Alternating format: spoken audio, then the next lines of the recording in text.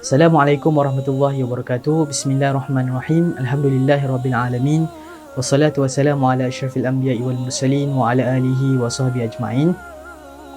Allahumma salli wa sallim wa barik ala maulana Muhammadin nur al-mudhibi linsan min nurihi wa ala alihi fi kulli lamhatin wa nafasin adada ma wasi'ahu ilmuka amin. Amma ba'.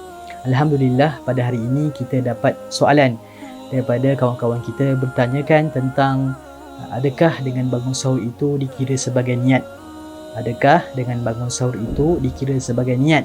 Jadi jawapannya adalah tidak dikira sebagai niat.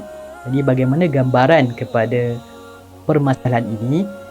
Kita ambil contoh Ahmad, dia tidak berniat pada waktu malam. Kemudian dia bersahur pada keesokan harinya dengan sangkaan bahawa dengan bangun sahur itulah sebenarnya telah mewakili niat dia. Dia rasa dan dia fikir dan dia menganggap bahawa dengan bangun sahur itu cukup sebagai niat. Maka kalau dia teruskan juga puasanya itu tidak diterima. Sebab apa? Sebab niat dia itu tidak, sebenarnya tak disebutkan niat langsung. Macam kita sebut tadi, bangun sahur tak dikira sebagai niat, maka sebenarnya dia tidak mengungkapkan niat langsung. Sebab apa? Niat ini perlu kepada ciri-ciri dia, perlu kepada syarat-syarat dia yang perlu dia nyatakan. Perlu dinyatakan. Sebab itu para ulama kita telah memberi jawapan yang tuntas. Antaranya Syekh Zainuddin Al-Maribari Asy-Syafi'i yang menyebutkan dalam kitab Fathul Mu'in yang menyatakan bahawa wala yujzi'u anha at-tasahhuru wa in qasada bihi at-taqawiyya 'ala as-sawmi. Apa beliau kata? Tidak memadai, tidak mencukupi, tidak memadai daripada niat itu oleh bangun sahur. Dengan maksud apa? Dengan maksud bangun sahur itu tidak mewakili niat sama sekali. Kalau ada orang sangka, ada orang anggap bahawa dengan bangun sahur itulah sebenarnya niat, maka sebenarnya dia tidak tahu berkenaan dengan perkara ini. Jadi bila kita dah tahu, kita kena praktikkan lah. Kita kena praktikkan. Maksudnya kita dah tahu, sebenarnya kalau bangun sahur itu tak cukup sebenarnya mewakili niat. Dia perlu nyatakan sifat-sifat yang wajib ada pada niat. Apa dia? Kalau dalam kes niat dalam bulan Ramadan, perlu dia sebut al-qasdu dan at-ta'yin. Apa dia? Nawaitu sauma Ramadan. Perlu disebut nawaitu sauma, iaitu aku berpuasa.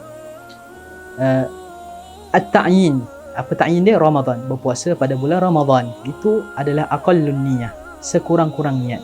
Adapun yang sepanjang-panjang ataupun sesempurna niat disebut oleh para ulama kita nawaitu shauma ghadin, yang mana ini pun menjadi amalan harian kita dalam bulan puasa, yang mana kita akan membacanya pada setiap malam. Nawaitu shauma ghadin an adai fardhi syahri ramadhani hazi sanati lillahi ta'ala.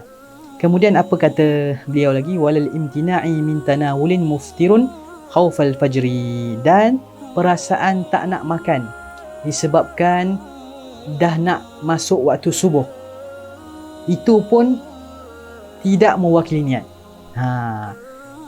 Kalau tadi yang pertama, bangun subuh ataupun bangun sahur itu tak mewakili niat, apa lagi gambaran yang menyebabkan niat itu tak sempurna ataupun niat itu tak dilafazkan? Yang pertama, bangun sahur tak mewakili niat. Yang kedua, perasaan takut makan. Kalau takut makan itu membatalkan puasa, dan dia takut pula kalau waktu subuh dah masuk. Jadi perasaan itu tidak mewakili niat sama sekali. Malam yakhtur bibalihi as-sawma, selama mana hatinya tidak terlintas dalam hatinya niat puasa. Bis sifati allati yajibu at-ta'arrudu laha fi niyyah, dengan sifat-sifat yang wajib dia nyatakan dalam niat. Macam saya sebut tadi, kalaulah ada perasaan dalam hati kita takut nak makan. Sebab apa? Waktu nak subuh dah dekat, jadi dia sahur, dah lagi 5 minit nak subuh, tapi dia was-was, ada perasaan takut. Dalam masa yang sama dia tak niat lagi. Jadi perasaan takut itu sebenarnya tak mewakili niat puasa. Jadi kalau dia teruskan juga, dia kena imsak lah. Dia kena imsak. Sebab apa? Dia tak berniat. Sedangkan niat itu wajib pada setiap malam. Maka wajib dia sebut allati yajibu ta'arudu laha fi niyyah. wajib dia nyatakan sifat-sifat yang wajib disebut dalam niat. Apa dia? Nawaitu sauma Ramadan, paling kurang.